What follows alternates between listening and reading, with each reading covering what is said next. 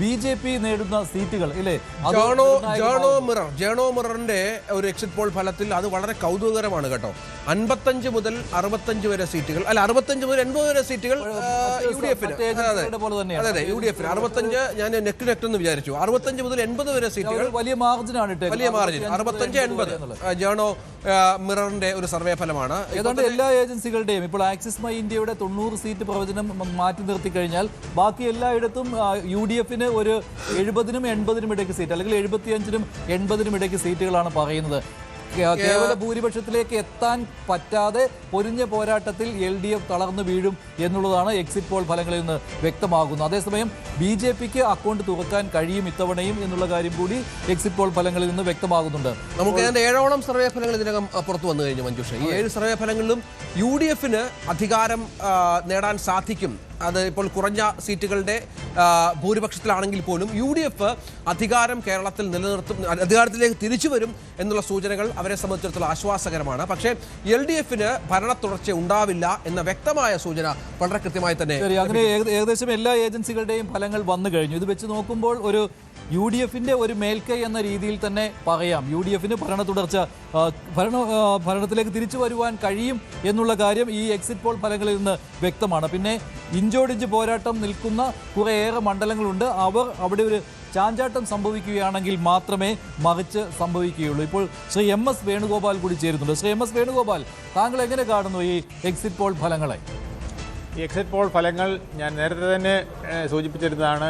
80 seat വരെ UDF-ന് കിട്ടാൻ സാധ്യതയുണ്ടെന്ന്. 80-85 എൻ്റെ ഒരു കാൽക്കുലേഷനായിട്ട് പറഞ്ഞത്. ഏതാണ്ട് അതുപോലെ ഒത്തു വന്നിട്ടുണ്ട്. ഞാൻ LDF-നെ സംബന്ധിച്ചിടത്തോളം 50-55 അതിനപ്പുറം പോയില്ല എന്നുള്ളതാണ് എൻ്റെ ഒരു കാൽക്കുലേഷൻ ഉണ്ടായിരുന്നത്. അതിപ്പോൾ 60-ന് മേൽ പറയുന്നു. പക്ഷേ അതിന് 60-ന് മേൽ പോകാൻ ഒരു കാരണവശാലും സാധ്യതയില്ല എന്നുള്ളതാണ് കാണേണ്ടത്.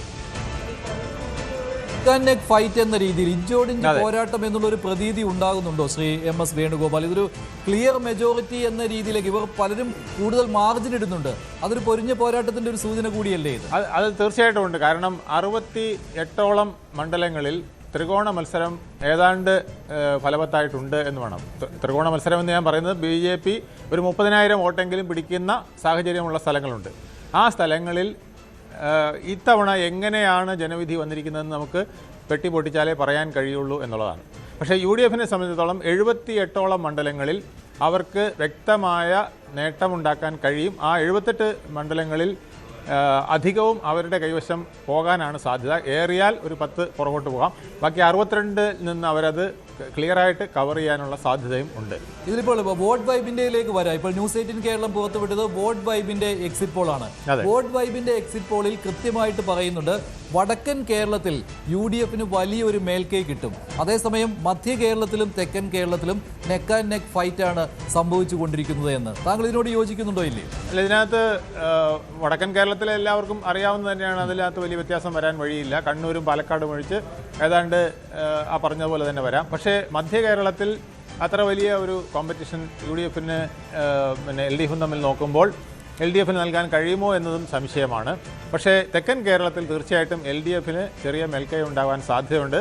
അത് ഞാൻ നേരത്തെ പറഞ്ഞ പോലെ BJP പിടിക്കുന്ന വോട്ടുകളുടെ കണക്കുകൾ കൂടി നോക്കിയാണ്. BJP കൂടുതൽ വോട്ടുകൾ LDF-ൽ നിന്നാണ് പിടിക്കുന്നതെങ്കിൽ അത് തീർച്ചയായിട്ടും പിന്നെ LDF-ന് ദോഷമായിട്ട് വരും. പക്ഷേ UDF-ൽ നിന്നാണ് അധികം പോകാനുള്ള സാധ്യത എന്നാണ് നമ്മൾ വിലയിരുത്തുന്നത്. അതുകൊണ്ട് തന്നെ ഈ തെക്കൻ കേരളത്തിൽ LDF-ന് കൂടുതൽ നേട്ടമുണ്ടാക്കാനുള്ള സാധ്യത. അതായത് എക്സിറ്റ് പോൾ ഫലങ്ങളെ താങ്കൾ ശരിവെക്കുക തന്നെയാണ് ചെയ്യുന്നതില്ലേ? അപ്പോൾ ഇതിൽ വലിയ മാർജിൻ ഇടുന്നത് കൊണ്ട് തന്നെ ചിലപ്പോൾ ഞാൻ ഒരു കാര്യം പറയുന്നത് 80-80 അതിൽ പറ്റാത്ത ഒരു സാഹചര്യം UDF-ന് ഉണ്ടാകുമോ ഇല്ലയോ? അങ്ങനെ താങ്കൾ കാണുന്നുണ്ടോ ഇല്ലയോ? ഒരിക്കലും ഉണ്ടാവാൻ വഴിയില്ല. 80 സീറ്റ് മിനിമം ഇത്തവണ UDF-ന് കിട്ടും. ചില സർവേകൾ ഈ നെക്ക് ടു നെക്ക് എന്ന രീതിയിൽ, അതായത് BJP-ക്ക് 3 മുതൽ 7 വരെ സീറ്റുകൾ പ്രവചിക്കുന്ന സർവേകളുണ്ട്. അവർ ആഗ്രഹിക്കുന്നത് അതാണ് കേരളത്തിൽ ഒരു ഡിസൈഡിംഗ് ഫാക്ടർ ആകുക എന്നുള്ളത്. ഒരു സർവേ അല്ലേ, ഒരു സർവേ വളരെ കൃത്യമായി അത് പറയുന്നുണ്ട്. 70 മുതൽ 7 വരെ സീറ്റുകൾ BJP കിട്ടുന്നു. 70-75 സീറ്റുകൾ UDF-ൽ ലഭിക്കുന്നു. 65 സീറ്റിൽ LDF ഒതുങ്ങുന്നു. അങ്ങനെ വരുമ്പോൾ ഉള്ള അവരുടെ ഒരു മോഹക്കൊട്ടാരമുണ്ടല്ലോ, അങ്ങനെയും സാധ്യതകൾ ഒരു സർവേയിലുണ്ട്. അതെ, BJP-ക്ക് 5 സീറ്റും NDA-യിലെ മറ്റ് 2020 അടക്കമുള്ള ഘടകകക്ഷികളിൽ 2 സീറ്റും, അങ്ങനെ 7 സീറ്റ് വരെ പോകാമെന്നുള്ളതാണ്. പക്ഷേ അതിൽ BJP-ക്ക് 4-5 സീറ്റ് എന്നുള്ളത് ഏതാണ്ട് ഉറപ്പാണ്.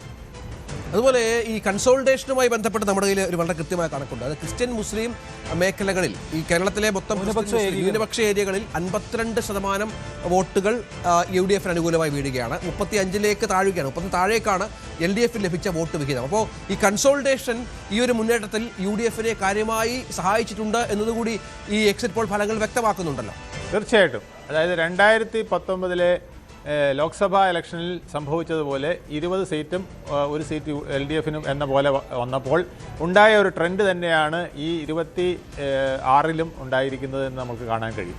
അതായത് പ്രത്യേകിച്ച് മുസ്ലിം വിഭാഗത്തിലും അതുപോലെ തന്നെ ക്രിസ്ത്യൻ വിഭാഗത്തിലും ഒരു പോളറൈസേഷൻ ഉണ്ടായിട്ടുണ്ട്. അതുകൊണ്ടാണ് ഞാൻ ഈ 78 സീറ്റുകളിൽ വളരെ പ്രധാനം പറഞ്ഞത്. അതിൽ ഏറിയ പങ്കും ആ 78-ൽ ഏതാണ്ട് 65-നും 68-നും ഇടയ്ക്ക് സീറ്റ് വരെ UDFന് കിട്ടാൻ സാധ്യതയുള്ളതാണ്. അതുകൊണ്ട് അവർക്ക് കേവല ഭൂരിപക്ഷത്തിലേക്ക് പ്രശ്നം വരില്ല. ബാക്കി 62 സീറ്റുകൾ പിന്നെയും കിടക്കുകയാണ്. അതിൽ നിന്നും അവർക്ക് കൂടുതൽ സീറ്റുകൾ വരാൻ സാധ്യതയുണ്ട്. എന്തായാലും 80 മാർക്കിലേക്ക് അവരെത്തുമെന്നുള്ളത് തന്നെയാണ് എൻ്റെ പ്രതീക്ഷ. ശരി, എക്സിറ്റ് പോളുകളിൽ അത്ര വലിയ വ്യത്യാസം ഏജൻസികൾ തമ്മിൽ ഇല്ല അല്ലേ? എക്സിറ്റ് പോൾ ഏകദേശം തുല്യമാണ്. 90 വരെ പറയുന്നുണ്ട് UDFന്. Axis mind. ഇത് തമിഴ്നാട്ടിലേക്ക് കൂടി ഒന്ന് പോലെ. തമിഴ്നാട് ഏറെ നമ്മൾ പ്രാധാന്യത്തോടെ കാണേണ്ട തെരഞ്ഞെടുപ്പ് ഫലമാണ്. വിജയുടെ ഫാക്ടറൊക്കെ അവിടെ എങ്ങനെ വർക്ക് ചെയ്തിട്ടുണ്ട്. തമിഴ്നാട്ടിൽ DMK-ക്ക് ഭരണ തുടർച്ച കിട്ടുമോ? സ്റ്റാലിൻ വീണ്ടും അധികാരത്തിലെത്തുമോ? അതോ അണ്ണാ DMK BJP സഖ്യം അവിടെ എങ്ങനെയായിരിക്കും?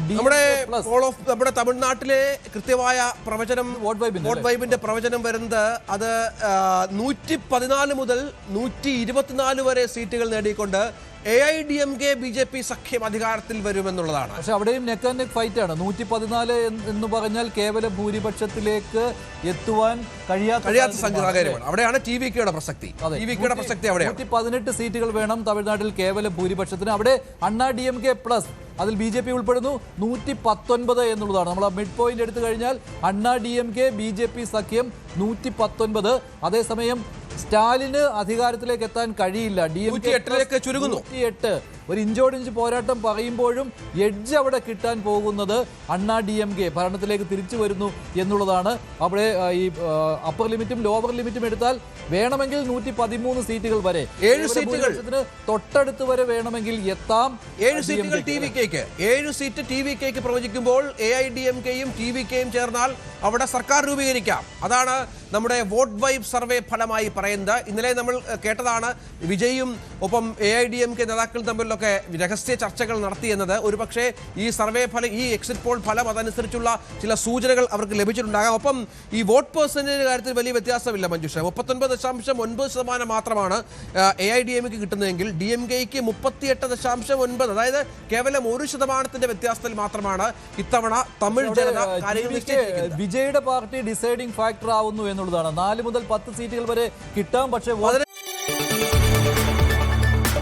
കൂടുതൽ വാർത്തകൾക്ക് News 18 Keralam YouTube channel subscribe ചെയ്യുക.